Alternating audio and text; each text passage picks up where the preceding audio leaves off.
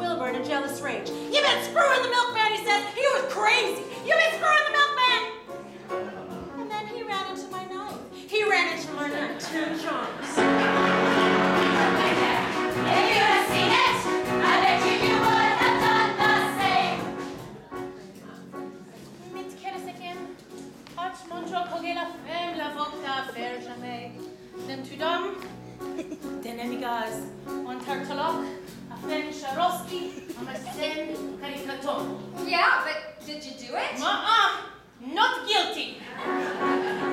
My sister Veronica and I had this double act, and my husband Charlie traveled around with us. Now, for the last number in our act, we used to do these 20 acrobatic tricks in a row. 1, 2, 3, 4, 5, splits, spread eagles, backflips, flip-flops, one right after the other.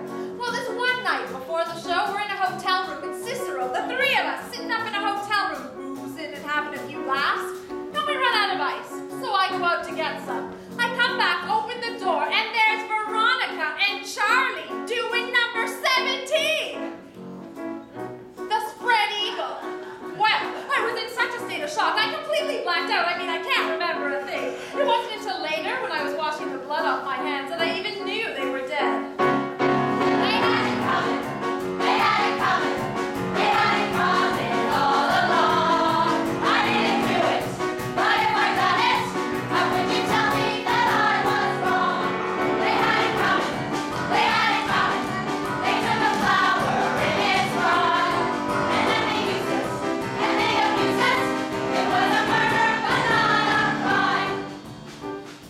I loved Alvin Lipschitz more than words can say.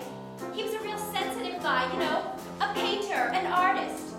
Every night after work, after dinner, he'd go out for a walk and he'd be looking, finding himself. And along the way, he found Ruth, Rosemary, Gladys, and Irving.